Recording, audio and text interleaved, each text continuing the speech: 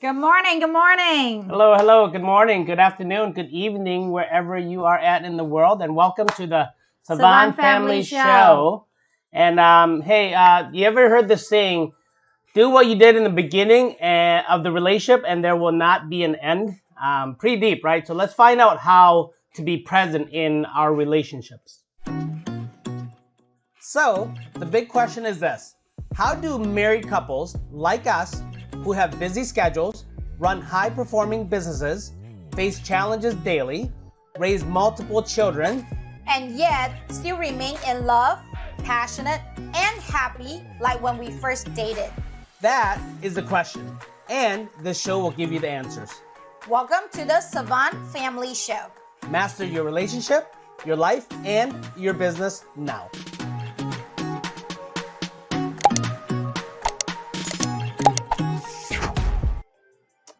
Yes, welcome back. And if this is your first time watching us, we just want to welcome you to the Savant Family Show. And this Yes. is my wife, Phyllis Savant. Hi. And hey, we're gonna continue discussing the "Why Do Couples Fight" and how you can stop it series. And this is episode 9. And if you guys have not watched our previous series episodes, please go back and watch them. There's some really great content there for you. And this is gonna go for a couple more, so be on the lookout for the next couple of episodes. And today we are going to be discussing. The topic of today is emotionally absent. Yes. And why that is so important. This is one of the reasons why couples fight is, when a couple, either both or one of the partners is not emotionally absent, they're emotionally absent. This could definitely ruin a marriage for sure. So, Yes. hey, there's links below for additional training, including, getting to know us more, not just learning more from us, but getting to know us more, as well as things that we believe in, like charities that we really believe in and give back to. So please check on those links below. So getting right into it. So just want to share with you really 3 tips today in terms of how to be emotionally present, because one of the things that you definitely can be is physically present. We know that we're there physically. Yes. But if emotionally you're checked out, you just know, right? You just know. Yep. When a partner is and when they're absent, and obviously we all want that emotional connection for sure, right? Yes. Yes, a lot of time, one thing that I think a couple do the most is like, hey, are you okay? No, I'm fine. Are you okay? No, I'm fine. Why do you keep asking me, are you okay? Because I can feel that you are not fine. So, the one thing that a couple really wants is just be brutally honest, right? If you have something going on, just let's talk it out, solve it right away. Instead of, hey, I'm fine, even though, we know that you're not fine, especially, like with me and my baby here, we've been together for 15, 16 years, Will I really know everything about him? Absolutely. Will he know everything about me? Absolutely. So, just be honest, be present, and make sure that you always tell the truth and just tell them and be present with them. Yeah, so the 3 tips that we want to share with you is 1, be present at hello and goodbye. Yes. We make it an effort to, especially when our office, for example, in our house is at the front of the house, and when, we come home, if we're not together, we make an effort to actually go to the door and greet, right? Yes. So that shows the other partner that you're present. And then especially when they're leaving as well, we always automatically do that. Wherever we're at, if we know that we're leaving and we're not leaving together, we always are present at the goodbye as well. So yes, we actually have GPS installed on our phone. I know that a lot of couples like, well, that's kind of like invading privacy. Actually, if you think about it in another way, what if this is really for your safety? What if one day, for whatever the reason, I got kidnapped by somebody? I know that my baby will want to know immediately, where am I? And the good news is every time, either my baby come home or I come home, the family will be alerted. Hey, the person is within a mile away. So what happened is like my children will just ran out to the front door, we will go out to the front door and wait for, our significant, my lover to come home. And that woman fuzzy feeling, you just can't beat that. Like, wow, somebody is waiting for you outside the door for you to come in to park the car. I mean, have you done that before? Do you know when they're coming home? Do you have that warm and fuzzy feeling if somebody is waiting for you outside the door and say, hey, man, I'm So excited. I've been waiting for you for the whole day. I'm really excited to see you soon. I Yes. see you now. Yes. And then no technology. Tip number 2 is no technology at the table. This is very important. One of the things that we've always, and we've made this mistake as well, where we've had, when we were at our business in our careers and stuff, we bought our kids tablets and they're on the tablets all the time. Mm-hmm. And, really we're even us, we're self-correcting that right now where, especially at the table, I basically now it's like, like last night I said, let's no tablets, have your dinner, let's talk. Right. And then last night, before we went to bed, he said, hey, have your tablet time for the next 35, 40 minutes. And then after that, we're going to play. Right.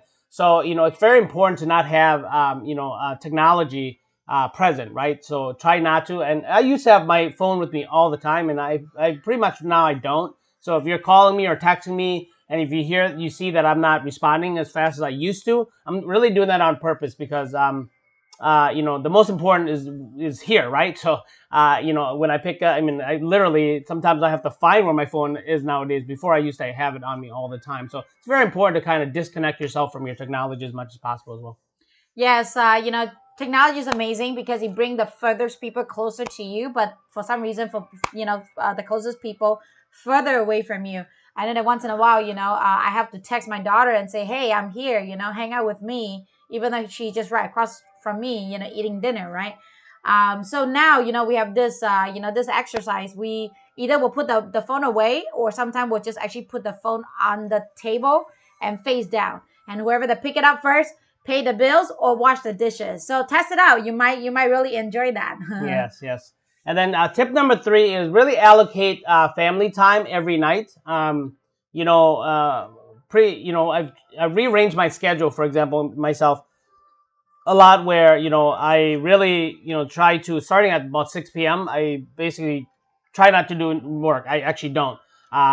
We've been busy, so I've been doing some here and there because we're trying to jam a few things in. But I'm really cutting it off so that this way I can spend time with my kids and my family. So around 9:30, then I can when they're gonna go to bed, then I can basically work. So that's kind of what my schedule. So really, if you are seeing messages, emails from me late at night, up till sometimes 2 in the morning, it's because I've already put my family to bed, and that's my work time. That's my creative time actually, and I actually enjoy it. I enjoy that a lot. So I work during the day, and then I'll take most of my evening off to be with my family or to work out or to be by myself and take them to the park like I did yesterday. And then I'll pick it back up 9:30, 10 o'clock. I'll pick it up till about 2 a.m. Sometimes or even longer if needed. But ultimately, I really enjoy that schedule. For me, that works because it's my creative. I just get a lot of stuff done between 9:30, 10 o'clock till 2 a.m. So Yes, I think allocated family time is very important because, since we are hanging out with the kids, every night I always tell a story to them. And my mission is always make them laugh out loud, like uncontrollably. And that's one of the things that my babies, my children really, really love. And I think allocate, family time every night is very important because we are all very busy. We definitely need some connection time, connectivity time, because again, if we don't have those time together, that's when we get disconnected, and then we get fight. We attended leadership academy this weekend, last weekend, with Tony Robbins. He said that, do you know that actually couple fight, the number one reason couple fights is actually because they want to get connected and they wanted to feel significant for each other's life. As surprised as that, I was like, wow, you're right, because that is a form of communication. It's not a preferred way of communicating, but at least, the husband and wife mindset is, well, at least I'm communicating with you, even though we're in fight, even though it's miserable, but at least I'm talking to you. At least I'm connecting with you. So again, obviously that's not the right mindset, but again, find some time, that you can hang out with your significant others, have some, wind down time, talk time, hanging out time, so that way you can, build a relationship, rebuild a relationship, or, just simply hang out, watch a movie together, so that at least, you guys are together. yes. And then if you have an idea for the viewers, including us, please comment below if you have something that really keeps you guys grounded, emotionally present together.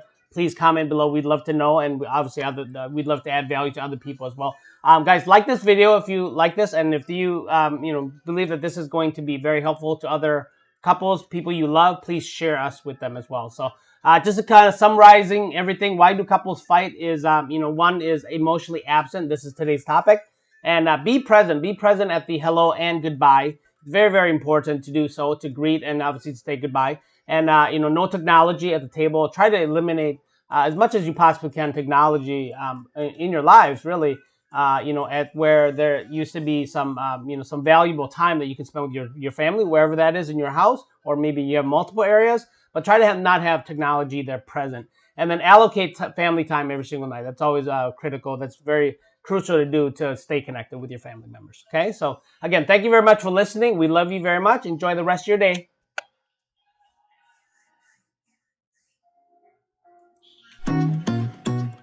If you like this show, subscribe now.